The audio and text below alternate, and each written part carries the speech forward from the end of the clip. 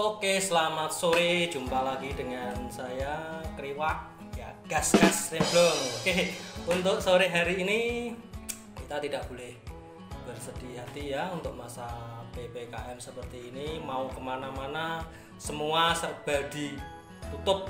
Mau ke pasar ditutup, ya, mau ke mall ditutup.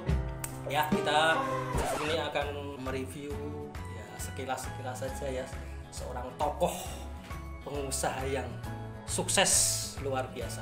Untuk yang pertama saya akan mereview sebuah tokoh ya. Di sini ada Raffi Ahmad. Kita dengarkan dulu filosofinya seperti apa ya.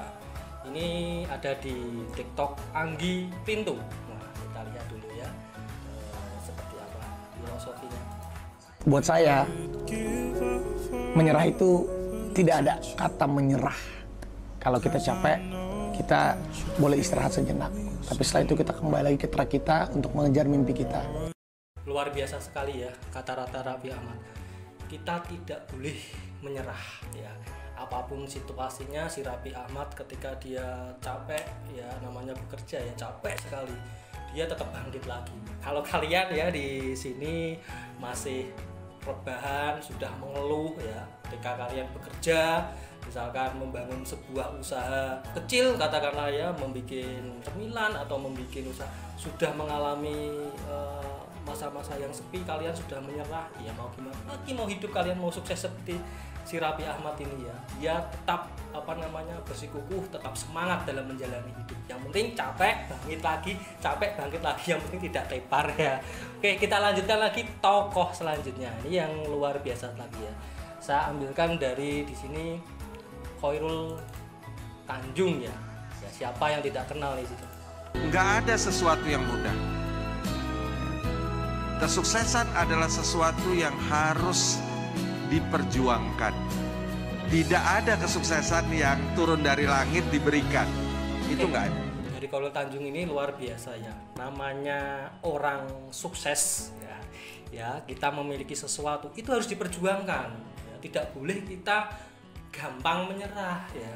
Kalau kalian ya ketika menjalankan suatu usaha, misalkan katakanlah usaha keripik ya seperti yang saya jalanin ini ya, katakanlah apalagi masa PPKM ini sepi ya, mau apa-apa sepi ya, tidak ada pelanggan ya, kalian tidak boleh menyerah, pasti di situ ada sesuatu.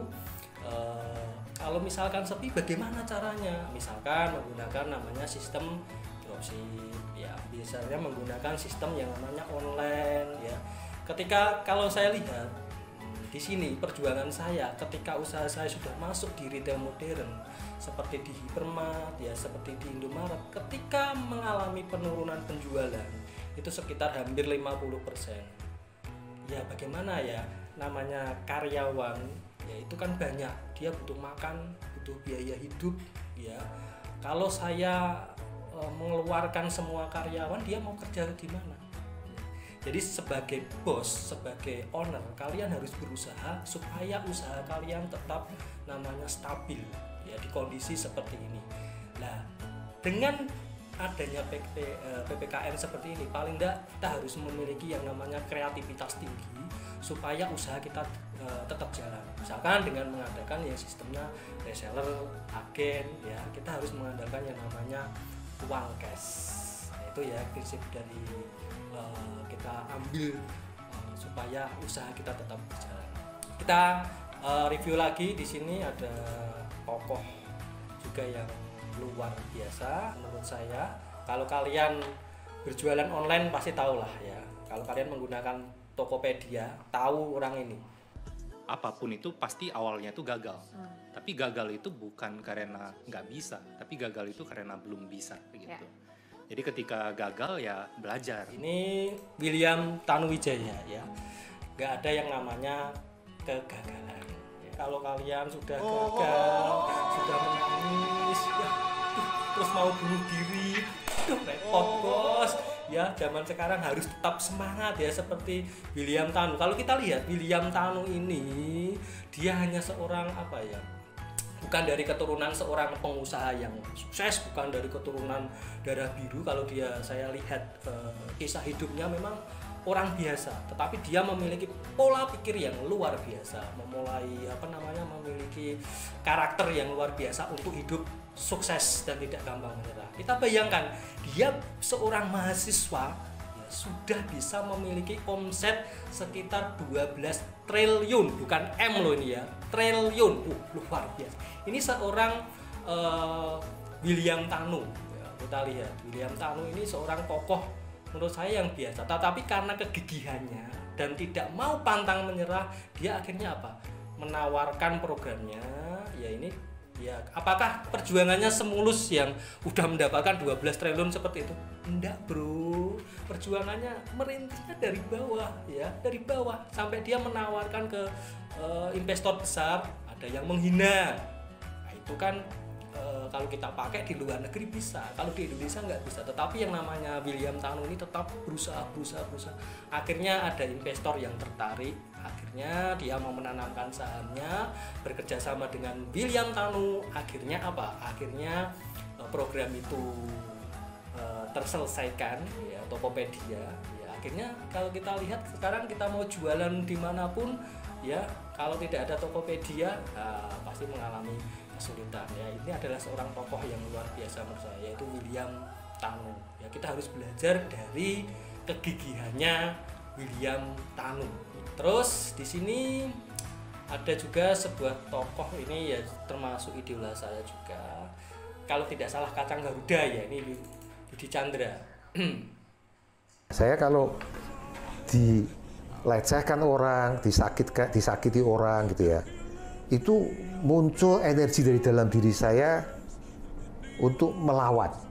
Melawannya tidak dengan cara kemudian seperti pada waktu masih SMA itu ngajak berantem, tetapi kemudian itu menjadi energi yang menjadi motivasi yang muncul dari dalam diri saya untuk membuktikan bahwa saya bukan seperti itu. Saya akan buktikan yang sebaliknya, kayak gitu. Wah, luar biasa ini ya, Didi Chandra ini luar biasa.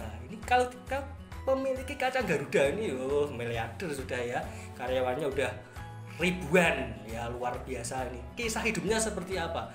Ketika dia dilecehkan, ya, dihina, direndahkan serendah-rendahnya, dia menjadi motivasinya dia untuk sukses. Ya. Jadi kalau ketika kalian direndahkan, ya misalkan kalau diejek ya, ketika usaha kalian nggak jalan, banyak orang yang menghindar lah posisi sekarang. Apalagi kalau kalian bangkrut ya, bangkrut pertama teman banyak yang mendekat, pasti banyak teman yang menghindar. Seharusnya menjadi motivasi kalian untuk supaya hidup sukses. Nah seperti saya juga ini mengisahkan ya, dulu pandemik ya, sebelum pandemik saya memiliki yang namanya bakso, itu ada cabang sekitar 15. Kamu bisa membayangkan 15 omset sehari bersih bisa 4 juta sampai 5 juta ya, tetapi karena pandemik yang melanda kita kan nggak tahu posisi sekarang seperti apa ya, habis tuntas, semua orang apa tahu menghindari saya ya. Itulah kehidupan ya. Jadi ketika kehidupan itu dibentuk ya, karakter kita dibentuk akan menjadi lebih. Kalau kalian bisa menjalaninya, saya yakin kalian akan menjadi orang yang sukses luar biasa. Oke, boleh teman boleh menghindar, keluarga boleh menghindar, kalian hidup sendiri tidak apa-apa. Yang penting adalah memiliki kemauan keras, memiliki sikap yang tidak pantang menyerah. Buktikan kepada mereka bahwa kalian bisa sukses. Nah, luar biasa. Itu namanya kehidupan. Jangan sedikit-sedikit ngambek. Nah, itu yang menjadi pertanyaan. Saya masih meninggalkan hutang kalau salah 1,2 M. Bayangkan ya, 1,2 M. Posisi minus, tidak ada orang yang mau mendekat, tetapi saya memiliki kemauan yang keras. Ketika orang yang dicobai lebih rendah, ke titik terendah, ketika tidak mau menyerah, naiknya akan tinggi. Ya, naiknya akan tinggi. Ya, ketika titik terendah ini, nggak mungkin dia akan turun terus. Ketika dia tidak menyerah, pasti langsung grafiknya naik. Ya, jadi kita tahan uji atau tidak. Ketika kita tahan uji, pasti suatu saat Tuhan melihat, nah ya pasti kalian akan naik kelas. Ya, biarkan kerugian itu banyak ya, kerugian biar sampai bosan menghampirimu kerugian, yang penting tidak menyerah. Ketika bosan menghampirimu kerugian, itu suatu saat kamu pasti menjadi orang sukses. Saya belum pernah namanya mendengar seorang pengusaha tiba-tiba langsung memiliki omset 1,2 triliun, karyawannya ribuan, semuanya sengsara bro. Ada hidup yang nggak makan 3 hari, ada yang mau bunuh diri, ada yang kisah hidupnya semua rata-rata tragis. Jadi kalau kalian hidupnya tragis, ya hidupnya menderita, kalian harus bersyukur, berarti kalian mau naik kelas bro. Pasti kalian menjadi orang yang sukses luar biasa. Ini yang terakhir, ya ini tokoh saya yang terakhir, idola saya ya. Ini juga bekerja sama dengan saya. Ini seorang mahasiswa. Dia sampai kisah perjuangannya dulu cerita sama saya. Itu sehari cuma makan 1 kali. Kadang makannya juga dompleng sama saudaranya karena dia masih kos. Karena apa? Dia berkomitmen untuk membuat YouTube sampai kuliahnya itu tidak selesai. Karena memang dia mencintai dunia YouTube ya. Pada saat itu memang belum peminatnya nonton baru 40, 30, tapi namanya Dalvin ini ya, dia tidak pantang menyerah. Akhirnya dia berusaha terus. Filosofinya seperti apa? Kita lihat dulu ya. Jadi kalau kalian memiliki sebuah cita-cita, memiliki angan yang besar, kalian tidak boleh menyerah bro, tidak boleh putus asa, nikmati prosesnya, jalani prosesnya ya. Saya yakin ketika kalian menikmati prosesnya ya, menjalani prosesnya, pasti akan menjadi sukses luar biasa. Yang penting jangan menyerah. Kita lihat filosofinya Mas Dalvin. Nah, ini bekerja sama dengan saya juga, sekarang bikin snack ini, namanya Dabs. Oke, kita lihat ya. Ingat sekali, di samping kehidupan saya mulai setengah mati, kesulitan karena tertekan oleh kondisi, dan mau tidak mau saat itu harus saya menghasilkan uang begitu. Terus jalannya saya pilih YouTube, dan waktu itu di YouTube saya hancur, konten saya nggak jelas. Mau ngelawak nggak ada orang nonton, mau cerita motivasi nggak ada orang nonton, mau react nggak ada orang nonton, dan saya merasakan perasaan ini. Ngelawak bukan karena saya humoris, tapi ngelawak karena ya, saya stres di lingkungan saya tertekan. Luar biasa ya. Dia sampai menceritakan kisahnya, dia tidak makan ya karena kontennya berantakan, jadi tidak fokus antara satu dengan yang lain, tapi dia mencintai dunia YouTube-nya. Dia tidak menyerah ya. Dia itu bikin konten katanya ngelawak-lawak seperti ketawa-ketawa sendiri. Bukan karena itu hidupnya, tapi karena dia stres. Nah, dari kesetresannya itu menjadi seorang YouTube. Jangan salah ya, dia hanya ukuran 3x3. Bayangin hasilnya berapa? Sebulan 50 juta.